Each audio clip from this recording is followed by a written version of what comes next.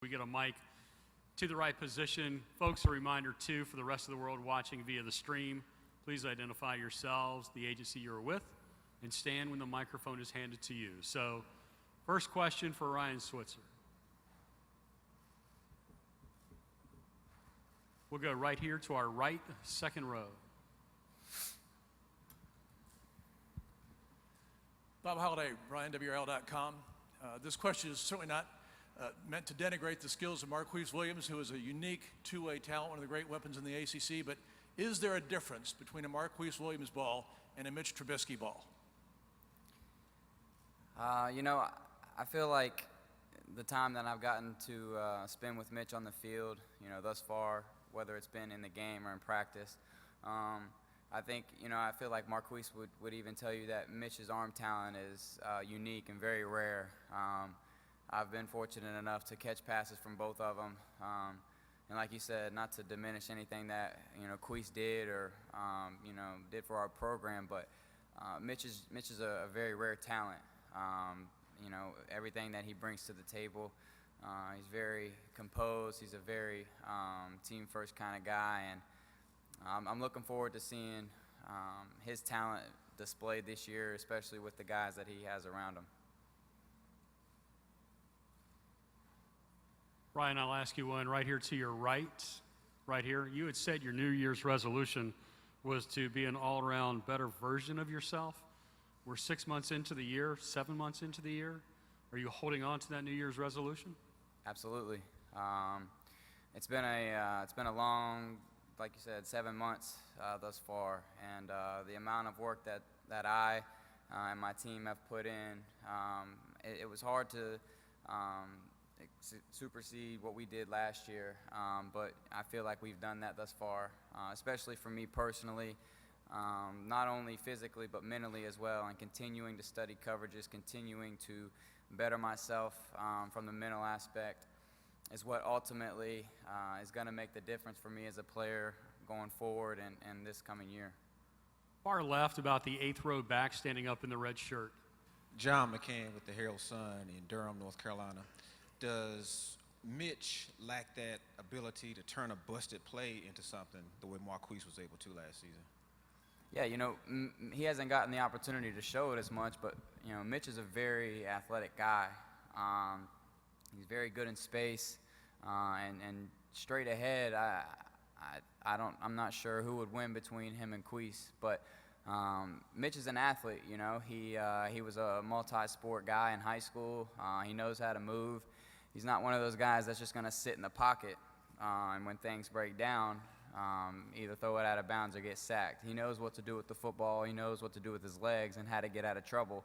And us as receivers, we're looking forward to it because when you got a guy scrambling, everything breaks loose in the secondary, and that's when big plays are made. So, no, we're not expecting Mitch just to sit back in the pocket and take a sack or play it safe when things break down. We're confident that he can make a play with his legs and continue plays. Ryan, back of the room, camera stand, right side, second row. Ryan, Jared Fialco, WRAL-TV. I know this question's probably more towards TJ's avenue or whatnot, but since you make hay on special teams as well, the Big 12 commissioner said the other day that kickoffs are perhaps the most dangerous play in all of the game. Your thoughts on the NCAA potentially getting rid of kickoffs down the line? I think the game would take a big hit if that were to happen. Football is a dangerous game regardless of what play it is. We know as players you put yourself out there risking injury every time you step out on the field. So, yeah, kickoff and kickoff return is tough because guys are running full speed, but there's also plenty of other times that guys are running full speed. I've gotten hit across the middle. I've got hit catching punts where I didn't think I was going to get up. So I don't.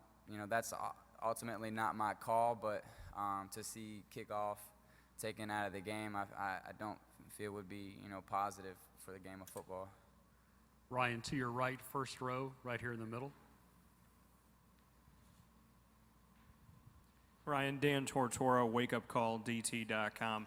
just what you can say about, you've spoken a lot about Mitch, but the talent around him, not just yourself, but how you define this offense moving forward, obviously building off of a lot of success from last year. Yeah, you know, I joke with Mitch all the time at the house about how fortunate he is to step into the position that he is. Yeah, I don't know of any other team that's returning what we're returning on offense. And like you said, not just the receivers, but we've got 2 veteran running backs. You know, T.J. Logan behind Elijah Hood could start on, you know, virtually any team in the country, and then returning 4 of our 5 offensive linemen is incredible. I mean, at the end of the day, without, you know, the guys up front, the offense goes nowhere, and we know that, and we're very fortunate to have those guys. And as receivers, it's our job to kind of make Mitch look good, which, you know, we don't really need to do too much because of the talent that he has. But us as a whole, we're really excited to get the season started because we know the talent and the experience that we have coming back. And it's not so much, you know, that we outdo ourselves or outdo the numbers that we put up, but just continue to be more consistent on a drive-to-drive basis and make sure that we don't waste, you know, all the weapons that we do have. Ryan, back of the room, left side, camera stand, green shirt. Hi, Ryan. Jason Brown, Time Warner Cable News. Defending Coastal Division winner, you reached the ACC championship. But how has last season, I guess, changed how you all have to manage the expectations and the fact that you may now be number 1 on opponents' list to try and knock off this year? It's definitely been a different offseason from last year. Going 6-7 and 11-3, there's a big discrepancy there, but we tried not to focus too much on being teams, you know, go-to game, because we know that our schedule is hectic enough as it is. You know, we play 7 teams, I believe, with new head coaches. You know, we open up with an SEC team, so you know, we understand that although we may be the number 1 team on some teams' schedule, that, you know, we've got 12 number 1 teams that we've got to see this year in order to get anywhere close to where we were last year. So it's been about making sure that, you know, we don't have any regrets in terms of off-season work, and making sure that we take it week by week so that we can continue to, you know, build our program in the right direction. Ryan, your last question to your right, second row. Bob Holliday again. Devon Edwards is in here earlier. He has a chance to set or tie a national kickoff return record. You have a chance to tie or break the national punt return record. Wes Welker, what are your thoughts about him and the chance to possibly equal or pass him? Yeah, I mean, there's really not enough good things you could say about Wes and the things that he's been able to accomplish in his career. Obviously, I've been getting comparisons to him since I've been in high school. I don't know why, by the way. We don't look alike. But it's, you know, to be mentioned with someone like that who's had the success that he's had, not only at the college level, but, you know, in the professional level as well. It just bodes well for me and my confidence. The punt return record would be something I'd love to have. You know, the guys and I joke about it all the time that we technically already do have it. We've got 10 of them, but 3 of them have been called back. So regardless if it happens or not, at least, you know, the 10 guys and I can be satisfied with that. But hopefully it happens. It'd be nice to have, and looking forward to getting back there and returning some more punts this year. Ryan, thank you. Des, the